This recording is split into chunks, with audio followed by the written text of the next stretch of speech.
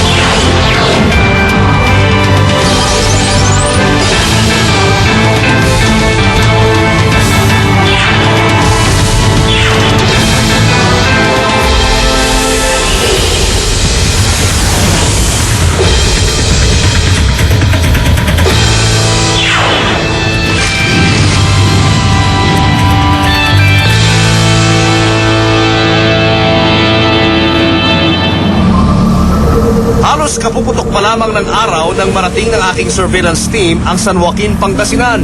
Isang sensitibong misyon ang aming pakay doon. Nakausap ko na yung tipster. Make sure lang na dala nyo na yung mga gamit natin, ha? Sa tagong bahay na ito, kinatagpo ng aking pangkat ang isang informante na nagpakilala sa amin sa pangalang Renato Ventura.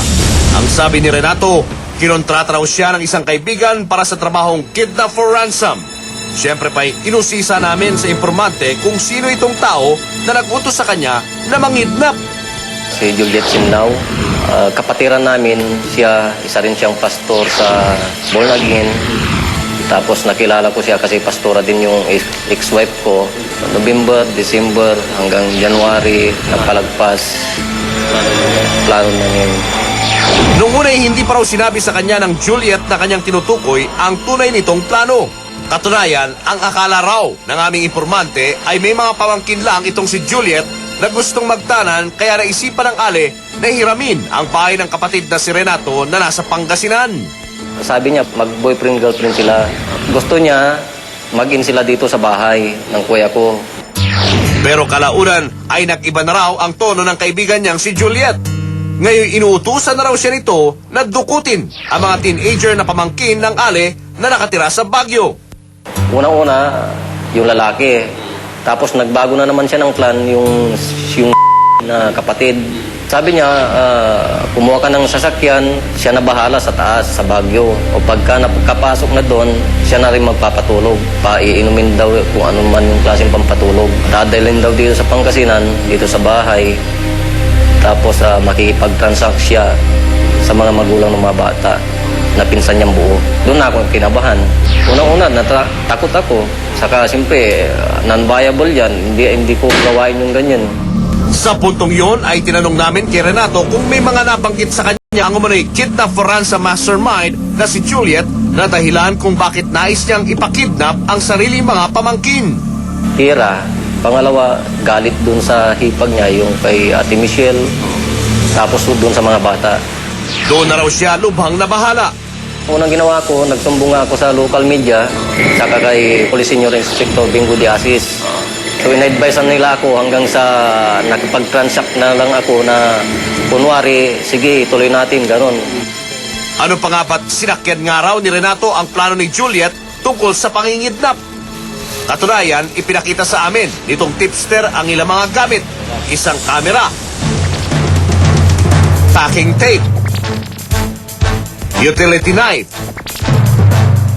at mga damit ng bata na iniwan raw ni Juliet sa kanya sakaling matuloy na raw ang planong pagdukot. Binigyan niya ako ng cellphone, pati load, nagbibigay.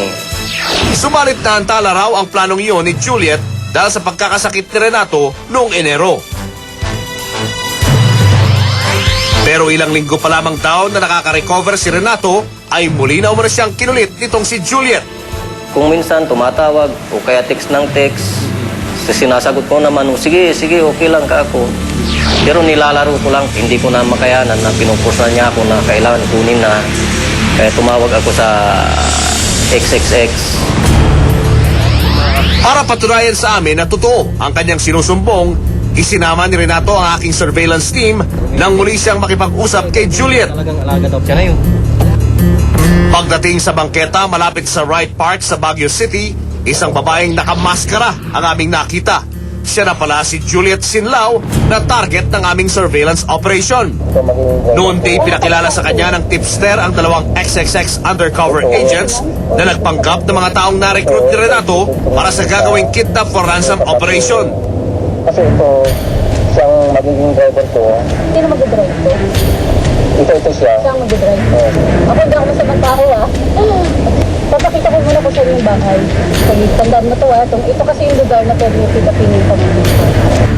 Noy walang kaalam-alam itong si Juliet na XXX team na pala ang kanyang kasama sa pag-casing nito sa lugar na pagdudukutan sa kanyang mga pamangkin. Walang mananakit ha, please lang ha. Kunin lang. Oo. Para mangyayari sa tago lang. Dito medyo matao na. Pero pwede nyo kunin dyan kasi yung sa hindi matao. Siguro yung mga makukuha niyo siguro siya kung hindi niyo makuha ng hapon ng lunch. Parang mangyayari sasalubungin niyo siya, hintayin niyo, abangan niyo. Pag hindi lunch, hapon na. Kasi umuwi siya ng 12. Oo, naglalakad lang siya. 16. Binata na. Oo, binata. Habang nakatigil ang aming sasakyan ay ibinili na ni Juliet kay Renato kung papaano hihingin ang ransom. Text mo na lang yung tinawag ko sa iyo na trip pag nakuha niyo na yung pamangkin ko.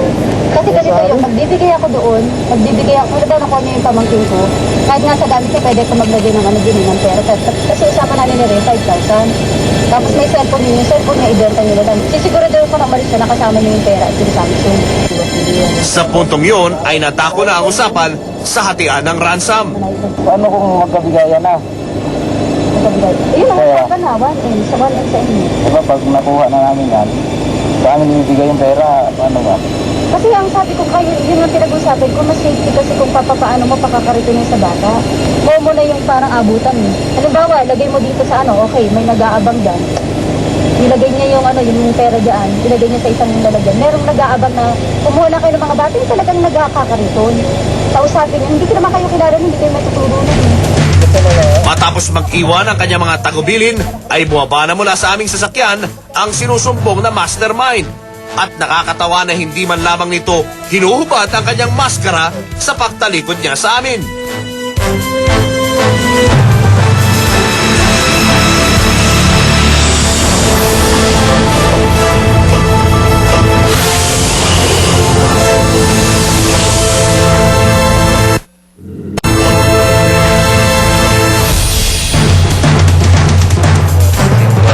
Pebrero 11, 6 na araw mula nang isiwalat ni Renato Ventura ang kanyang nalalaman tungkol sa tiyumani pangingidnap na iniutos raw ng isang Juliet Sinlao. Muling kumontak sa amin itong mamang tipster. Pero namomonitor ko kayo dito sa tracking device natin. Make sure lang na 10 o'clock, kausap nyo na yung tipster natin para ma-arrange na yung meeting doon sa suspect. Gawan nyo ng paraan na matanggal yung maskara ng suspect para makuna natin ang video. Okay? Ayon kay Renato, ay muli na naman raw makikipagkita sa kanya ang tinuturong mastermind na si Juliet Sinlao. Pagdating sa Baguio, habang kasama ng aking grupo si Renato, ay tiyempo namang tumawag sa kanya si Juliet. Inutusan siya rito na pantayan raw sa paglabas ng eskwela ang binatilyong ipinapadukot ng alay sa grupo. Ano yung kulay ng damit niya? Green. Oo, nakita ko na. Upang hindi makahalata itong mastermind, ay sinunod ni Renato ang mga utos nito. Nandito sa restaurant. Oo, kumakain. Maya-maya pa'y ang 18 anyos na dalagang anak ng kanyang pinsa naman ang sunod na pinatiktika ni Juliet sa grupong kinontrata.